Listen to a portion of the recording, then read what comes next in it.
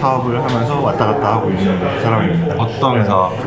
주로 제가 원래 중국에 주정 갔을 때 그 반도체 설계 회사에서 있었고요. 그 회사가 이제 중국에 있는 디스플레이 패널들 하는 회사들이랑 같이 거래들이 있었어서 뭐 BOE나 TMR, CXOT 같은 이제 국영기업 포함해가지고 디스플레이 LCD, OLED 패널 만드는 회사들이랑 거래를 많이 했었고요.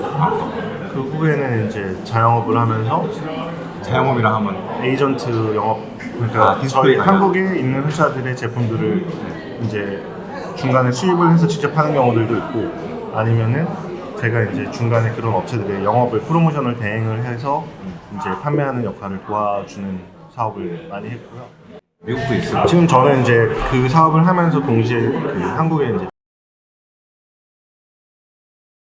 국내 코스닥 상장사인데, 사실 제가 원래 그 회사 에이전트 일을 하다가 그 회사가 매출이 많이 커지면서 이제 한국에 상장을 하게 됐고요. 원래 처음에 이제 시작을 중국에서 어떻게 보면 매출이 커졌는데, 그때 이제 저랑 인연이 돼가지고 저도 지금 그 회사 일을 하고 있고요.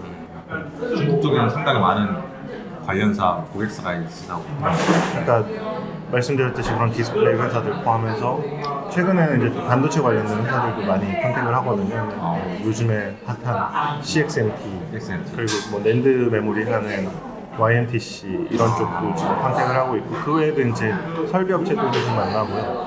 BOE도 있어요. 네, BOE 관련된 회사들 포함해가지고 반도체 회사들, 그리고 설비, 그리고 재료 회사들, 뭐 여러 가지 일을 많이 했다 보니까 얽히고 설키는 회사들이 사실 좀 많이 있어요. 그럼 한국에서 몇 년 하시고 중국에서 몇 년 하시고? 제가 군대 대신에 이제 전문연구원에서 전문연구원은 2004년에 시작을 해서 끝날 때쯤이 거의 한 2009년쯤에 끝나고, 그때 이제 주재원으로 나간 거고요. 한국에서는 제가 98학번이니까 졸업을 대학원까지 해가지고 한 2003년 그때까지 이제, 근데 대학원 때도 일을 했었기 때문에 경력으로 따지면 한국이 한, 잠시만요, 한국이 한 10년 좀 안 되는 거고 중국에서 거의 한 10몇 년 있었는데. 그럼 거의 20몇 년? 20몇 년? 20만 디스플레이 위주로 디스플레이 반도체 쪽만. 다른 것도 막 이거저거 많이 하긴 했었어요, 중간에 재사업할 때. 지금 약간 폭풍 핵이라고 하는데 CXMT 상장 관련된, 사실 우리가 제일 반도체 관련 종목 주식들 가장 위험한 게 투퍼펀트라든가 뭐 딥시크의 소프트웨어적으로 메모리를 좋게 사용하는 게 있어요. 이런 것들도 중요하지만 결국엔 CXMT라고 하는 이제 앞으로 몬스터가 될 기업이 엄청나게 정비율을 올리고 있는데, 올해는 7%, 내년에는 그 2배가 돼서 하이닉스를 따라잡는다, 뭐 이런 얘기도 있거든요. CXMT는 어떻게 보세요? 상장도 오래 한다. 당장 따라잡는다는 사실 비교는 안 될 것 같고요. 그리고 상장을 해서 이번에 상장해서 이번에 모으는 금액 자체도 지금 하이닉스가 투자하는 금액이랑은 진짜 엄청나게 크게 차이가 나는 걸로 알고 있거든요. 제가 지금 안 그래도 뭐 그 말씀을 하셨으면 미리 보고 왔을 텐데, 그 CXMT 상장 보고서가 있어요. 지금 상장하기 전에 심사 보고서가 있어서 다 중국어로 돼 있어서 그거 다 읽지 못했는데, 거기 내용들 보면 일단은 그 공모액 자체가 그렇게 크진 않아요, 생각보다. 그리고 CXMT 영업이익이 제가 얼마인지 숫자가 정확히 기억은 안 나는데, 어떻게 보면은 현상처럼 보이는 것도 있고, 그리고 또 지금 중국 내에서 제가 한 6개월, 7개월 전쯤에 심천에 이제 화창베이라는 전자시장이 있어요. 용산 전자시장 같은, 거기 이제 도매 제품도 팔고 소매도 하는데, 도매 쪽에 가서 되게 궁금해서 그때쯤에 이제 막 하이닉스가 주가가 막 불을 붙기 시작할 때라서 몇 월달에요. 그게 한 6, 7개월 됐던 것 같아요. 올 초네요. 네. 올해 초부터 이제 하는데, 사실 반도체 있고 그걸 알면도 불구하고 이제 저도 그때는 못 샀지만 나중에 담기는 했지만, 그때 좀 이제 보고서 돌아다니는 매장마다 삼성 하이닉스 메모리를 구할 수 있는지 물어봤더니 되게 웃으면서 그런 거 없다. 그러면 너네 지금 그 PC 쪽이나 노트북 쪽에 들어가는 메모리는 어디 거 쓰냐니까 구체적으로 어느 회사 건지 얘기를 안 해요. 저도 그게 되게 신기했어요. 왜냐면 그냥 CXMT 거 쓴다고 하면 될 텐데, 근데 중국 내에서 CXMT 거 외에는 사실 못 쓸 거고, 근데 그게 성능이 떨어져서 그걸 밝히기 싫어서 그랬던 건지, 아니면 뭐 어떤 어둠의 이유가 있는 건지는 잘 모르겠지만 떨어지니까 아무래도. 근데 일단은 CXMT 걸로 저는 추정이 되는데, 그럼에도 불구하고 그때 당시 메모리 가격이 상당히 폭등을 했었거든요. 폭등을 한 상태에서 이제 제가 밖에 나와서 또 봤던 게 밖에 매장들에서 무라타랑 삼성 전기, MLCC를 MLCC. 박스를 미친 듯이 포장하고 있는 걸 봤어요. 야. 제가 그때도 봤을 때 그때 아마 주가가 삼성전기가 그래도 한 40만 원대? 야.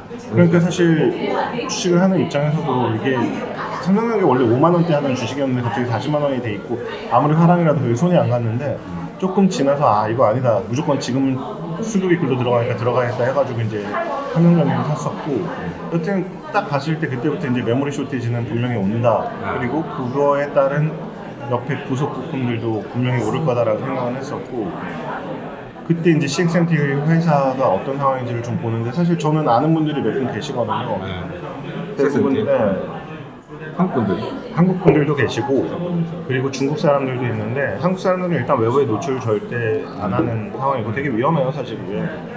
근데 그분들이 뭐 진짜 뭐 문제가 있어서 뭐 한 분들도 있기는 하겠지만 그게 아니라 뭐 삼성에서 이제 나와서 다른 회사를 갔다가 또 그쪽으로 가신 분들도 있고 어떻게 보면 이직은 해야 되는 거니까 뭐 한국 삼성 하이닉스에 있다가 마이크론 가신 분들도 있는 거고 뭐 한국에서 삼성에 있다가 LG에 있다가 애플 가는 분들도 있고 다양하니까 사실 그거는 좀 존중을 해야 되는데 또 중국 회사고 워낙에 이제 위협적이니까 그치. 거기에 대한 반감도 분명히 있다고 생각은 하는 거고요.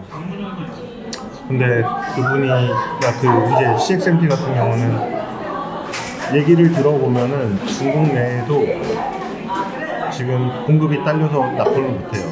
그러니까 중국도 어차피 데이터 센터는 미친 듯이 지어야 되고 뭐 텐센트다 아니면은 뭐 알리바바다 걔네들도 데이터 센터들 클라우드 서비스 거기 AI 쪽 엄청나게 지금 투자를 많이 하고 있고 화웨이 같은 경우에는 그거에 또 딱 최적화된 칩들도 지금 개발을 해서 나름대로 자기네들의 그러니까 그게 일단은 GPU를 구하는 게 불가능하고 사실 1년 전만 해도 엔비디아 GPU 자기네들한테 구해만 달라 돈 얼마든지 주겠다 이런 데들이 되게 많았거든요. 근데 그게 법적으로 일단 막혀있고 그거는 상당히 어떻게 보면 큰 이슈가 될 수 있기 때문에 그거는 불가능하다.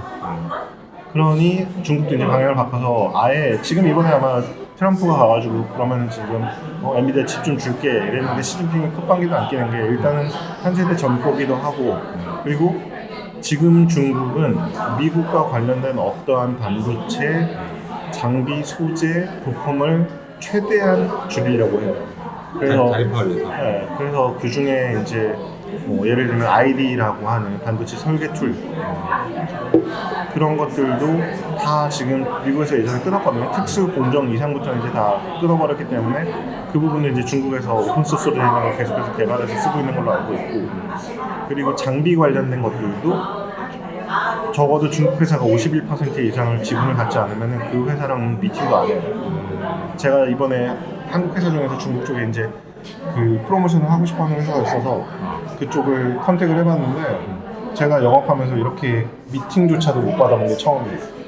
아는 사람 다 통해서 한 6군데, 7군데를 통해서 이렇게 컨택을 해봐도 일단 중국 회사 아니면 못 만난다. 그 정도로 심해요. 그러니까 중국은 이미 이런 공급망에 대해서 공급을 받으면은 그때부터는 100% 중국화를 할 수 있는 국산화를 할 수 있는 준비를 다 마치고 있다. 그래서 CXMT도 애플에서 뭐 이번에 마이크론, 삼성 하이닉스가 메모리 가격 올리면은 자기네들이 CXMT 검토하겠다고 하는데 미국 정부의 뭐 허가를 받을 필요는 없다고는 들었지만은 그래도 뭐 소비재로 사서 중국 시장에 파는 거는 별 문제는 없을 거예요. 네, 근데 이걸 이제 전 세계 시장으로 파는 거는 일단은 문제가 될 거고 이건 그냥 먼저시 생각을 할 때는 이걸 메모리를 CXMT랑 이제 협업을 한다 하면은 CXMT 쪽에서 어쩔 수 없이 이제 로직 구조나 이런 것들을 아이폰에 맞춰가지고 공정이나 이런 것들을 오픈을 할 수밖에 없거든요. 왜냐면 애플은 그냥 단순히 이 업체 거 저 업체 걸 쓴다고 그냥 물건만 받아서 쓰는 회사가 아니라 그 업체 실사를 하면서 모든 과정들을 다 오픈을 하라고 강요를 하기 때문에 왜냐면은 문제가 생겼을 때 어떤 부분을 개선해야 되는지 자기네들도 알고 있어야 되고 백도어도 많이 그런 데다가 뭐 삼성 디스플레이나 삼성 반도체만 해도 그쪽에서 쓰이는 제품들은 사실 같이 협업해서 만드는 것들도 제법 많거든요. 특히나 디스플레이 같은 경우에는 애플이 주도해가지고 이런 기술을 개발을 하라고 하는 것들도 있기 때문에 그렇게 심도 깊게 일을 해야 되는데 CXMT 쪽에서 애플에 나가는 물량이 물론 크기는 하고 무시 못할 금액이기는 하지만 그 금액 때문에 위험을 무릅쓰면서 뭐를 한다. 이거는 저는 상식적으로 안 맞는다.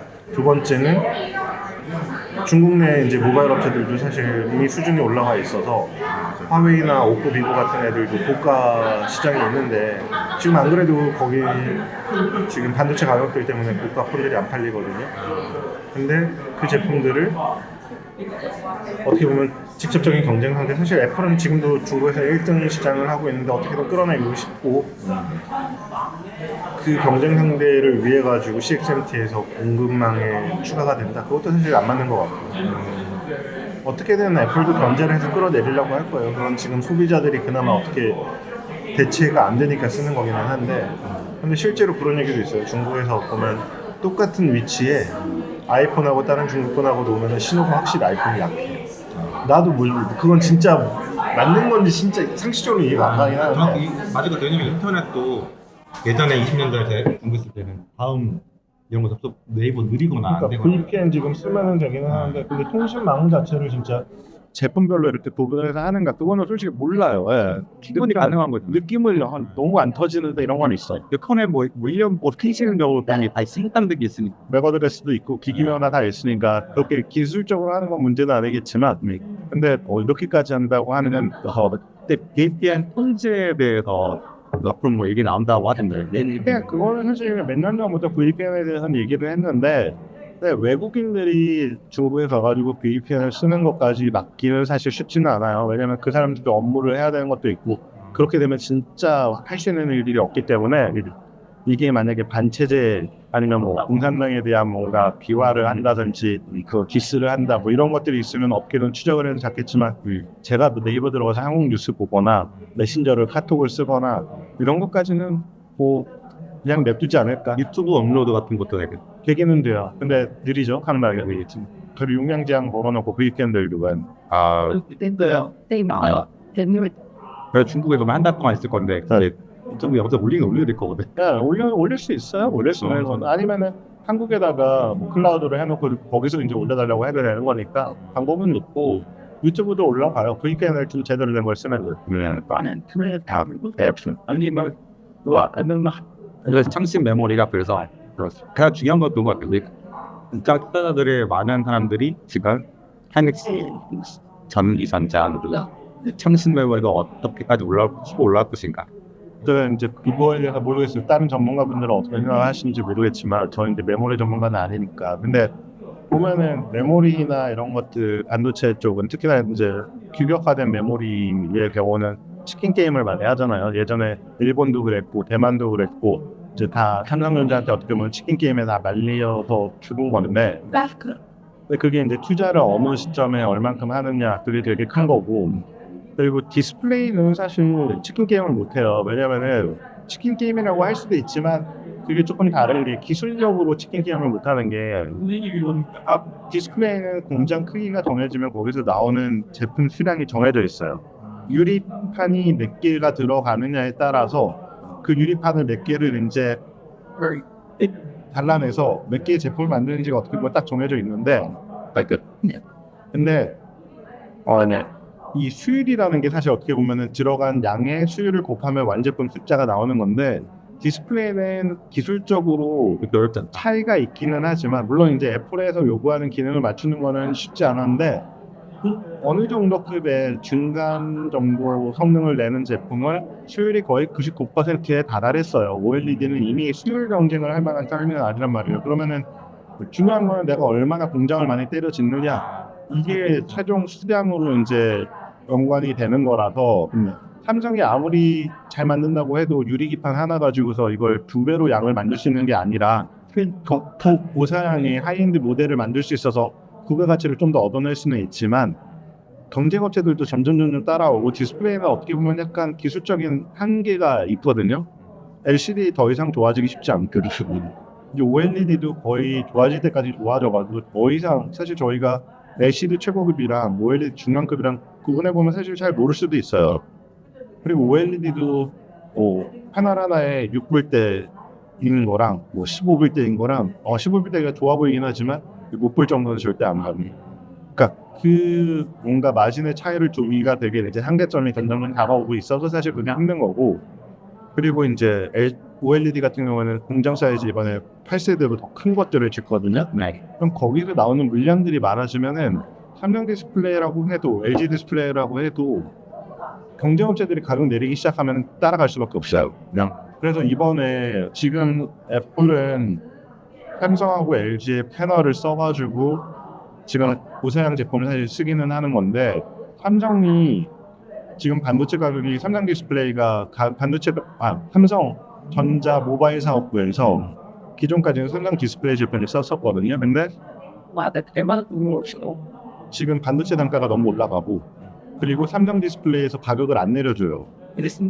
그러다 보니까 BOE 걸 쓰겠다라고 협박해가지고 실제로 노태우 사장이 BOE 만나가지고 막 이런저런 얘기하고 내고하고 BOE는 공급하고 싶죠. 왜냐면 걔네는 지금 공장 가동률이 100%가 안 되거든. 근데 결론적으로는 안 됐어요. 기술 차이가 아직까지는 있기는 하니까 안 한 건지. 작년에 우리나라 OLED가 100이면 중국은 70이었잖아요. 지금은 얼마 1년 기술력 차이요? 그렇죠. 기술력 차이는 아직 한 80에서 90 사이 중국이. 또 올라오고요. 근데 그 10 차이를 극복하는 건 너무 힘들고 아, 제가 생각할 때는 절대로 넘어서지는 못한다라는 생각이 있어요. 왜요?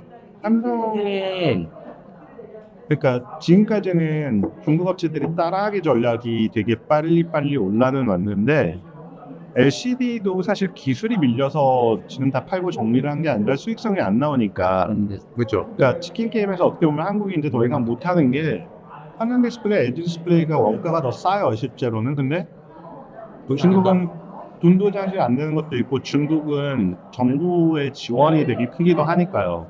보조금을 무시를 못하니까. 그리고 여러 가지 혜택들을 중국 쪽에서는 받고 있는 반면에 한국에서는 사실 사기업이니까 그걸 정부에서 어떻게 지원할 수가 없잖아요. 그러니까 그런 부분에서 밀리는 것도 있고 LCD 쪽에 집중하는 것보다 차라리 그 다음 스텝으로 넘어가자 해서 지금 OLED 쪽으로 하는 것도 있기 때문에 근데 OLED도 지금 만드는 거를 중간에 이제 서플라이 체인에 있는 회사들 입장에서 보면은 질문하는 것 자체가 솔직히 말해 수익 차이가 많이 나요.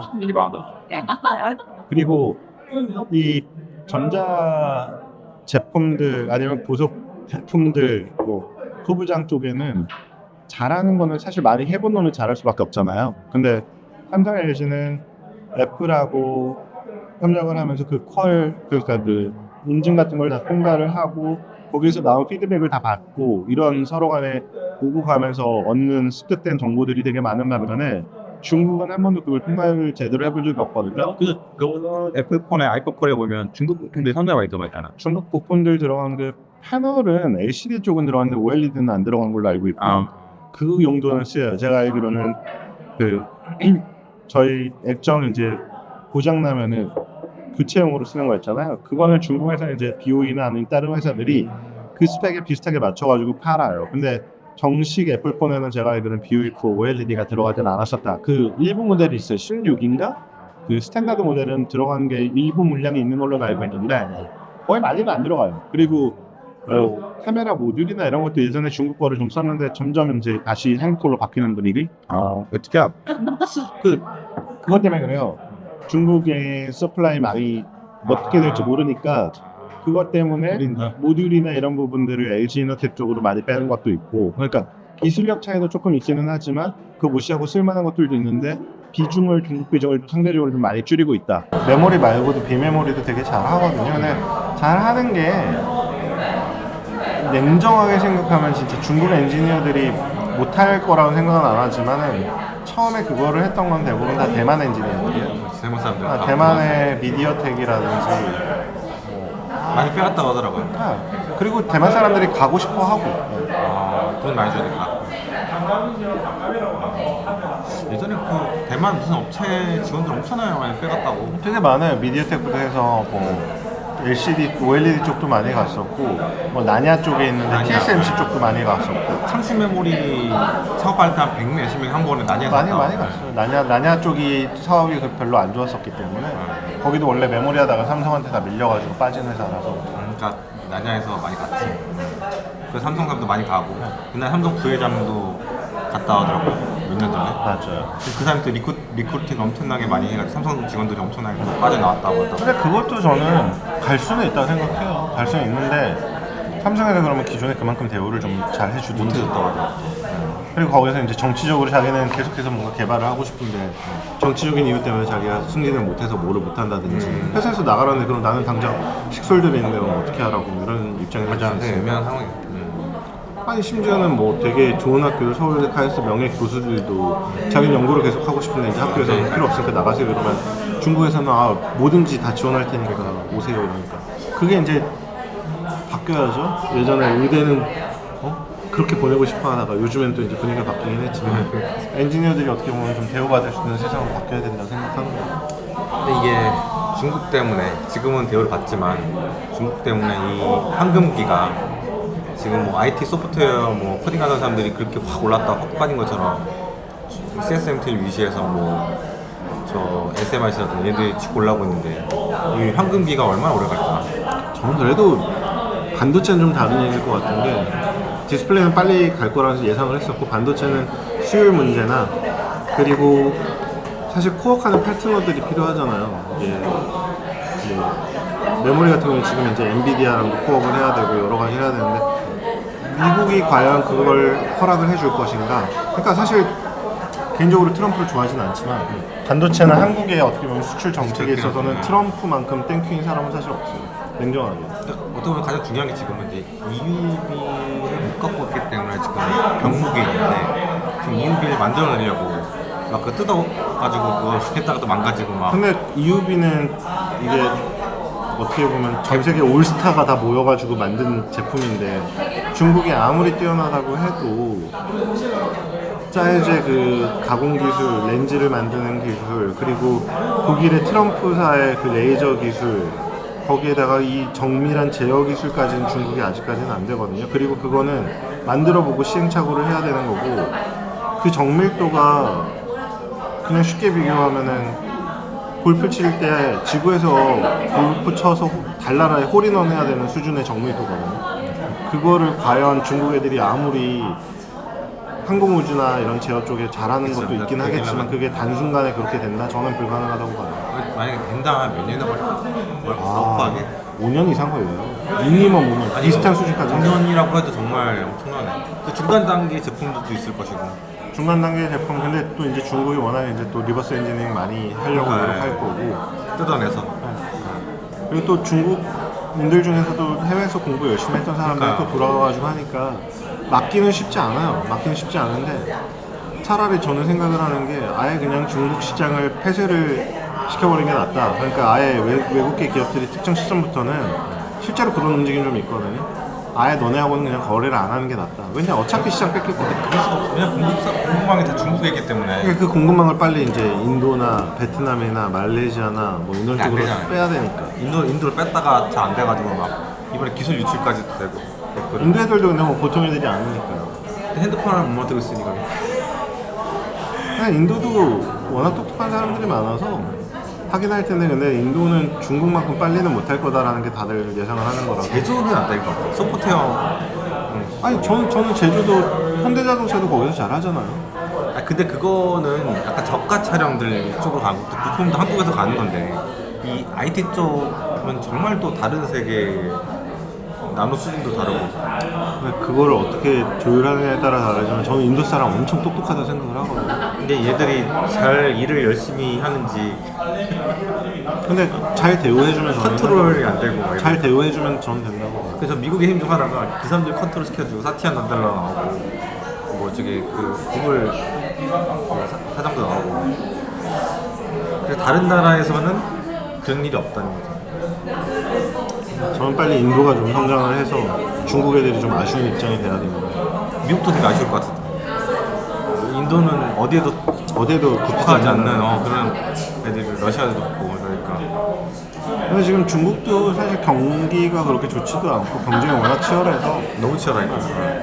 뭐 2차 전지도 공급 과잉 상태고 전기자동차는 뭐 말할 것도 없고 엉망진창이라서 그것들도 한번 정리되고 그래서 중국도 지금 막 경기가 살아나려면 한참 걸릴 거라 CXMT 같은 회사는 절대 안 죽을 거고 그래서 저도 사실 중국에다가 증권 계좌 만들어 놓으면 CXMT는 할 거예요. 상장은 네. 몇 월 상장? 지금 7월 얘기하는데 며칠까지는 아직 못 들었고 저는 그거 나온 다음에 한번 IPO 좀 보호예수 물량 좀 나오는 시점 되고 이제 지난 다음에는 한번 내려갈 때 내려갈 때 과연 내려갈까? 이게 ADR 하이닉스 ADR 상장이 10월 10일인 이때쯤인데 절묘하게 딱 근데 CXMT 때문에 하이닉스를 지금 당장 영향을 받는다 저는 1도 없다고 보고 얘네가 올려준 거죠. 네. 그리고 오히려 차라리 진짜로 삼성이나 하이닉스도 지금쯤부터 현금 잔뜩 모아놓고 체력을 좀 더 확실하게 키운 다음에 CXMT가 본격적으로 양산을 하거나 뭔가 체급이 올라오는 시점에는 진짜 물량 공세를 해서 죽여야 된다. 안 죽을 것 같아. 보조금 중국 정부의 보조금 있으니까. 근데 다른 시장에서까지는 못 나가게끔 중국 내에서만 놀아라라고 죽여버려야 된다. 삼성 혼자 할 수 있을까 진짜. 하이닉스랑 같이 조인을 하든 마이크론까지 조인해야 돼. 이건 셋이 다 조인을 하지 않을까 싶고요. 그건 다 알고 있을 거예요. 그래도 안 죽을 거라서 그게 진짜 걱정이 돼요. 근데 지금 중국에서 그 공급망들 보면은 사실 다들 외산 제품들 카피해가지고 똑같이 만들어가지고 하거든요. 근데 아직까지는 단 한 번도 제가 알기로는 중국 회사들이 자체적으로 새로운 것들을 만들어서 뭔가 앞서 나갔다 이것까지는 없기는 해요. 그러니까 드론 아니 반도체 쪽에서. 반대쪽 있어. 그러니까 그렇지. 그런 아직 부분들을 팔로워죠. 패스트 팔로워. 그런 부분들을 최대한 정보를 차단시키고 공급을 안 하면서 똘똘 뭉쳐서 나가면은 그래도 한 단계씩은 계속해서 앞서 나갈 수 있지 않을까. 중국만이 할 수 없는 것들. 아니 근데 저는 한국이 이제 반도체점에 잠깐 흥하고 있는데 이 뒤가 없잖아요. 지금. 그게 참 늘 걱정이에요.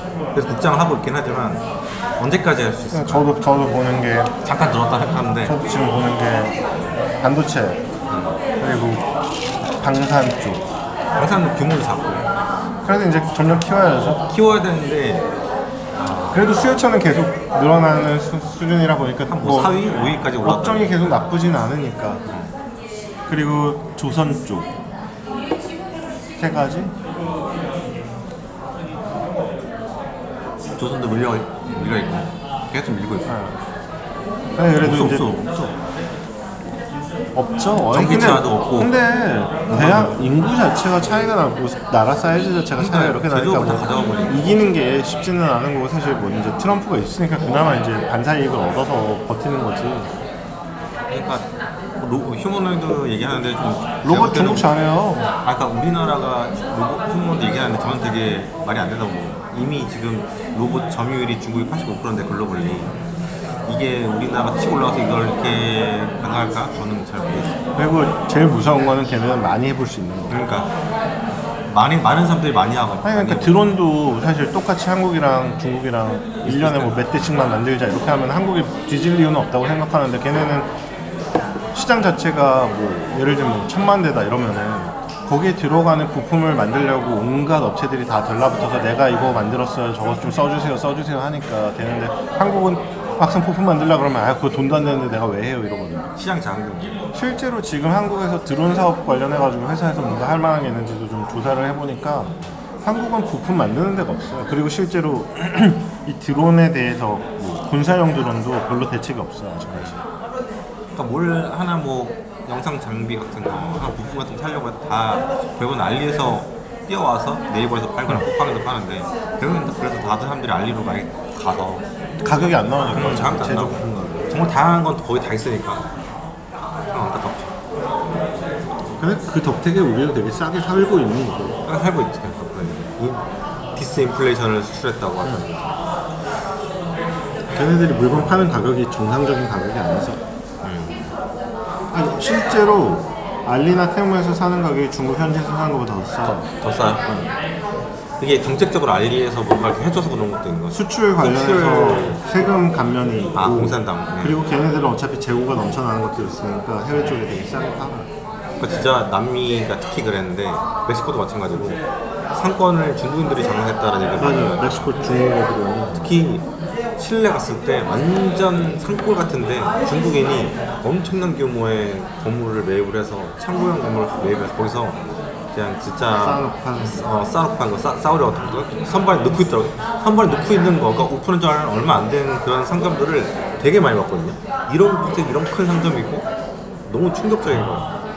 그리고 중국 사람들이랑 한국 사람들이랑 지금 이제 한 20년 지나 보니까 느껴지는 게 걔네들은 상인이에요. 그러니까 도전 정신의 차이가 있어. 그러니까 그게 나라가 너무 크고 사실 사람들도 많으니까 자기네 동네에서만 장사해서 먹고 살기가 힘든 거야. 그러니까 다른 동네를 가서 새로운 일을 하는 거에 대해서 거부감이 1도 없고 중국 애들은 생각보다 그런 거 있어요.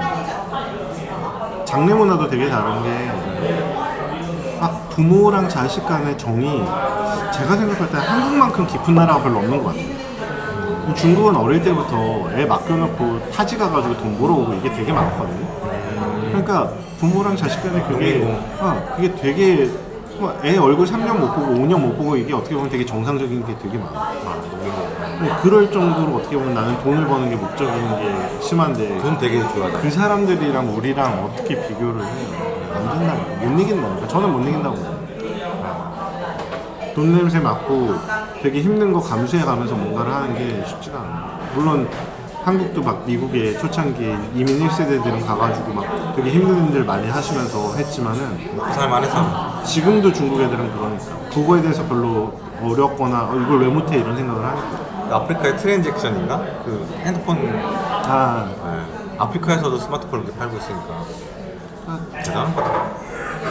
대단해. 진짜 이윤이 조금만 나와도 어떻게든 다 하려고 하는 게 있어. 박리담회로 이게 없는 사람들이 특히 이렇게 많이 약간 그 예를 들면 파라과이, 그러니까 남미에서는 제일 못 산다 중 하나인데 거기 하면 이제 남미에서 가장 큰 그 프리마켓 있거든요. 면세 텍스 세임 같은 그런 게 있는데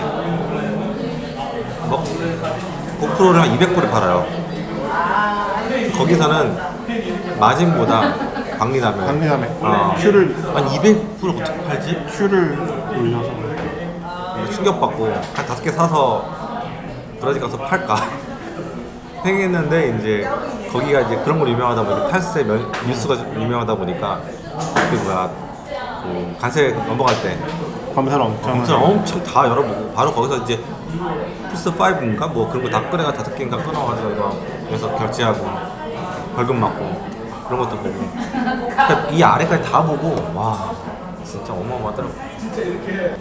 주식상태는 근데 계속 오를 것 같아서 주식 사려고 제가 요즘에는 지금까지는 막 이제 매수해놓고 좀 기다렸다가 뭐 익절하고 이런 식으로 좀 많이 했는데 이제는 좀 딸내미한테 물려줄 주식 위주로 이렇게 해서 좀 보는. CXMT를 물려주겠다는 이야기는 결국에는 미래에 중국이 다 가져간다. 그렇게 안 가져갈 수는 없다고 생각해요. 어느 정도는 그 파이는 한국에 먹을 파이를 중국이 가져가는 거니까 일부 이상은 충분히 가져갈 수밖에 없다. 예정된 미래잖아요. 그러니까 중국은 그걸 포기할 수 없는 거잖아요. 걔네는 자체적으로 독립을 해야 되는데 메모리에 아니면은 적어도 CPU든 GPU든 심지어는 윈도우까지 자체적으로 만들어 놨는데 많이 안 써서 그렇지. 저는 이제 그 애플과 테슬라의 미래를 상당히 안 좋게 봤거든요.